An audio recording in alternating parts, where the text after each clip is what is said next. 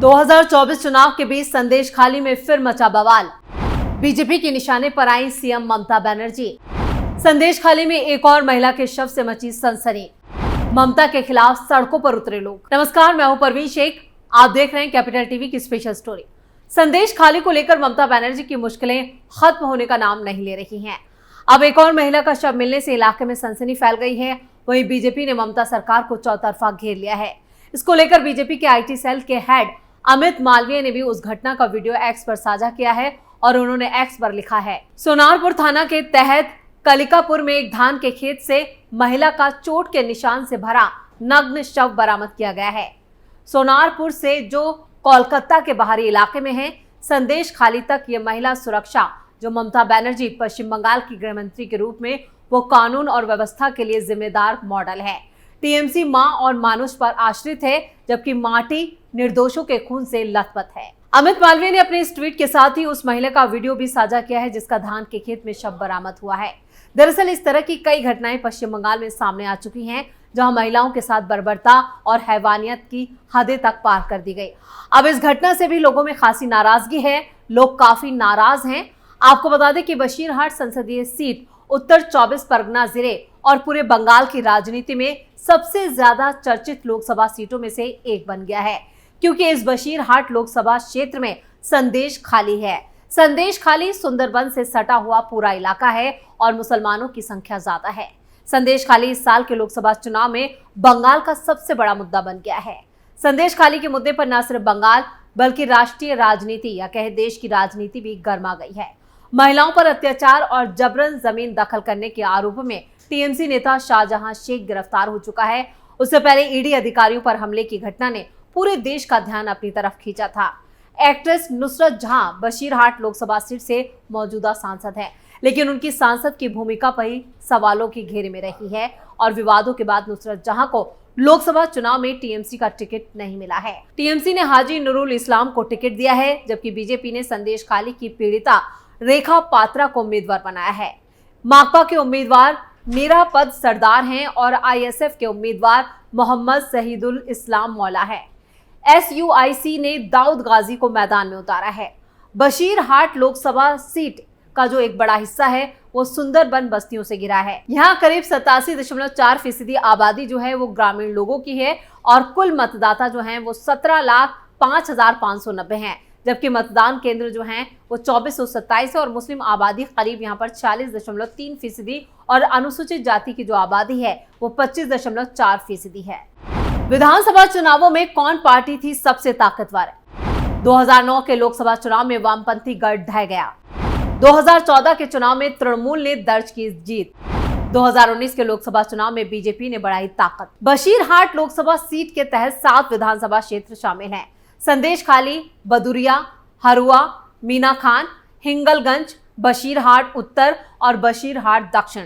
Basirhat Lok Sabha seat को तृणमूल का गढ़ कहा जाता है। विधानसभा चुनाव में 7 सीटों पर टीएमसी को जीत मिली थी। बशीरहाट लोकसभा के अंतर्गत आने वाली 7 विधानसभा सीटों में से किसी पर भी विपक्ष का कब्जा नहीं है और वामदल के जमाने से इस बशीरहाट लोकसभा सीट पर सीपीआई का कब्जा रहा है। 1980 के बाद से सीपीआई ने बशीरहाट में अकेले शासन किया है। इनमें सीपीआई नेता अजय चक्रवर्ती साल 1996 से लगातार सांसद थे, लेकिन साल 2009 में तृणमूल कांग्रेस ने अजय चक्रवर्ती का विजय रथ रोक दिया। नूरुल इस्लाम को यहां तृणमूल ने उम्मीदवार बनाया। 4 बार के सांसद के खिलाफ लड़ाई बिल्कुल भी आसान नहीं थी, लेकिन नूरुल इस्लाम ने सभी को चौंकाते हुए अजय चक्रवर्ती को हरा दिया। तृणमूल कांग्रेस के नूरुल को करीब यहां पर 4,80,000 वोट मिले, जबकि उनके निकटतम प्रतिद्वंदी सीपीआई के अजय चक्रवर्ती को 4,19,000 वोट मिले।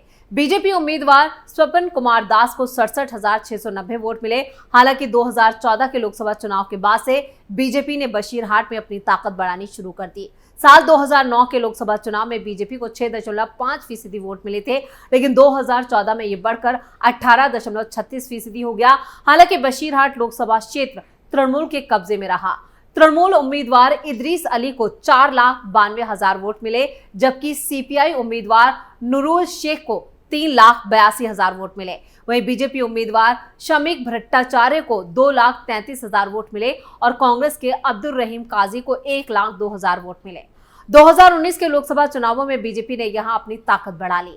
2014 के लोकसभा चुनाव में बीजेपी का वोट शेयर 18.36% से बढ़कर 30.12% हो गया। बीजेपी के वोटों में करीब 12% का इजाफा हुआ और टॉलीवुड के स्टार एक्ट्रेस जो है नुसरत जहां, उन्होंने साल 2019 के लोकसभा चुनाव में टीएमसी का वो तुरुप का इक्का यहां पर मानी गई और नुसरत की लोकप्रियता से बशीरहाट में तृणमूल को यहां पर ज्यादा फायदा हुआ और नुसरत पिछले सभी रिकॉर्ड को तोड़ते हुए 782,000 यहां पर जो वोट थे उसे पाकर बशीरहाट से सांसद बनी। नुसरत जहां के निकटतम प्रतिद्वंदी बीजेपी उम्मीदवार को साइतन बोस थे और उन्हें 4,71,000 वोट मिले और कांग्रेस के काजी अब्दुल रहीम को 1,04,000 वोट मिले। वहीं वोटों की राजनीति में कमजोर होने के कारण सीपीआई चौथे स्थान पर आ गई। गठबंधन को 1 लाख से भी कम वोट मिले और 1999 के लोकसभा चुनाव में सीपीआई उम्मीदवार पल्लव सेन गुप्ता को 68,000 वोट मिले।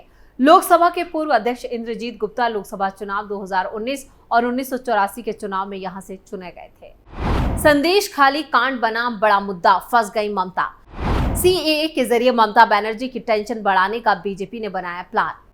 42 में से 35 सीटें जीतने के लिए ऐसी है बीजेपी की रणनीति। पिछले कुछ लोकसभा चुनावों के आंकड़े बताते हैं कि बशीरहाट में बीजेपी ने धीरे धीरे अपनी ताकत बढ़ाई है। फिर 19वें विधानसभा चुनाव के रूप में बशीरहाट लोकसभा क्षेत्र से जुड़े सभी विधानसभा क्षेत्रों पर पूरी तरह से तृणमूल का कब्जा हो गया। ऐसे में क्या संदेश खाली के मुद्दे पर बीजेपी बाजी पलट सकती है, जिस पर राजनीतिक गलियारों की नजर बनी हुई है। लोकसभा चुनाव 2024 में बीजेपी इस बार पश्चिम बंगाल की मुख्यमंत्री ममता बनर्जी और टीएमसी की टेंशन बढ़ा सकती है। कयास लगाए जा रहे कि बीजेपी ये काम नागरिकता संशोधन अधिनियम यानी कि सीएए के जरिए कर सकती है और पार्टी ने इसके लिए प्लान भी तैयार कर लिया है। राज्य में लोकसभा की कुल 42 सीटें हैं, जिसमें से 35 सीटों पर कब्जा जमाने के लिए एक खास रणनीति बीजेपी ने बनाई है। राजनीतिक जानकारों ने बीजेपी की प्रदेश इकाई में आंतरिक मतभेद और सांगठनिक कमजोरियों और वाम कांग्रेस गठबंधन के फिर से आकार लेने का दावा करते हुए बीजेपी के सामने चुनौतियां पेश की हैं। पिछले लोकसभा चुनाव में पार्टी ने राज्य में 18 सीटें जीतकर और 40% वोट हासिल करके शानदार प्रदर्शन किया था। इस बार के चुनाव में उसने 35 सीटें जीतने का लक्ष्य रखा है। बीजेपी यूं तो पूरी तरह पीएम मोदी की लोकप्रियता का फायदा लेना चाहती है, लेकिन वो राज्य में सीएए को भी भुनाना चाहती है। राजनीतिक जानकार कहते हैं कि यह कानून बीजेपी के लिए एक तरफ से फायदेमंद तो दूसरी तरफ चुनौतीपूर्ण भी साबित हो सकता है। उनका मानना है कि सीएए हिंदू समुदाय को एकजुट कर सकता है, वहीं इस पर अल्पसंख्यकों की प्रतिकूल प्रतिक्रिया भी आ सकती है। पश्चिम बंगाल में बीजेपी की संभावनाएं काफी हद तक वाम कांग्रेस गठबंधन के प्रदर्शन पर निर्भर करती है, जिसे राजनीतिक विश्लेषक राज्य के 42 लोकसभा क्षेत्रों में पहले से अच्छी स्थिति में देख रहे हैं। प्रदेश बीजेपी अध्यक्ष सुकांत मजूमदार ने कहा है कि पार्टी को न केवल उम्मीद है बल्कि पूरा भरोसा है कि वो राज्य में 35 लोकसभा सीटों पर जीत हासिल करेगी। हालांकि बीजेपी नेताओं की एक वर्ग ने राज्य में लक्ष्य को प्राप्त करने की राह में सामने आने वाली आंतरिक और बाहरी चुनौतियों की तरफ भी इशारा किया है। बीजेपी के पूर्व राष्ट्रीय सचिव अनुपम हाजरा ने कहा, पार्टी के लिए सबसे बड़ी चुनौती है संगठन को व्यवस्थित करना है, जो 2021 के विधानसभा चुनाव में हार के बाद से बिखरा पड़ा है। हमारे पास राज्य में 80,000 से अधिक बूथ पर एजेंट नियुक्त करने के लिए लोग नहीं हैं। तो 2021 के बाद से बीजेपी के 8 विधायक और 2 सांसद टीएमसी का दामन थाम चुके हैं। इनमें से सिर्फ एक सांसद अर्जुन सिंह ने बीजेपी में वापसी की है। बीजेपी ने 2019 में 40% वोट हासिल किए थे। हालांकि 2021 के विधानसभा चुनावों में ये प्रतिशत थोड़ा गिरकर 38% हो गया। 2016 में 10% वोट हिस्सेदारी और 3 विधानसभा सीटों से बढ़कर 2021 में 77 सीटों तक पहुंचने के बावजूद वो सत्ता हासिल करने में विफल रहे। बीजेपी की वोट हिस्सेदारी भवानीपुर उपचुनाव के साथ शुरू हुई, जहां उसका वोट शेयर मई 2021 में 35% से कम होकर उसी साल अक्टूबर में सिर्फ 22% रह गया और ये स्थिति जारी है। बीजेपी 108 अन्य निकायों के चुनाव में सिर्फ 12.57% वोट हासिल कर पाई। पिछले साल के पंचायत चुनाव में वो 22% वोट हिस्सेदारी के साथ तीसरे स्थान पर रही। उसे मिले वोटों की हिस्सेदारी वाम और कांग्रेस आईएसएफ गठबंधन से 1% कम रही। हालांकि बीजेपी नेताओं में बहुसंख्यक समुदाय में ध्रुवीकरण होने से फायदे की उम्मीद है। उन्हें खासतौर पर सीएए के मुद्दे पर मतुआ बहु क्षेत्रों में फायदा होने का पूरा भरोसा है।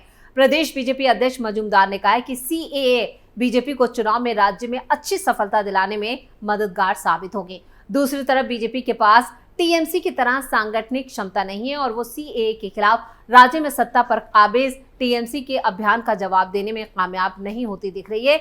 ये कानून नागरिकता लेने वालों का है और इधर मतुआ समुदाय के अखिल भारतीय महासंघ ने सदस्यों को सलाह दी है कि केंद्र में नई सरकार बनने के बाद ही नए कानून के तहत भारतीय नागरिकता के लिए आवेदन करें। यह भी बीजेपी के लिए राह जो है वो कठिन करने वाला सुझाव है। यानी बीजेपी के सामने चुनौतियां जरूर हैं, लेकिन यहाँ पर बीजेपी जिस तरह से भरोसा जता रही है कि वो 35 सीटें जीत सकती है, तो इसके लिए एक खास रणनीति जो है वो बनाई गई है। तो हमारी स्पेशल स्टोरी में इतना ही। वीडियो कैसा लगा नीचे कमेंट करके अपनी राय जरूर दें। वीडियो को लाइक करें, शेयर करें और कैपिटल टीवी को सब्सक्राइब जरूर करें। नमस्कार।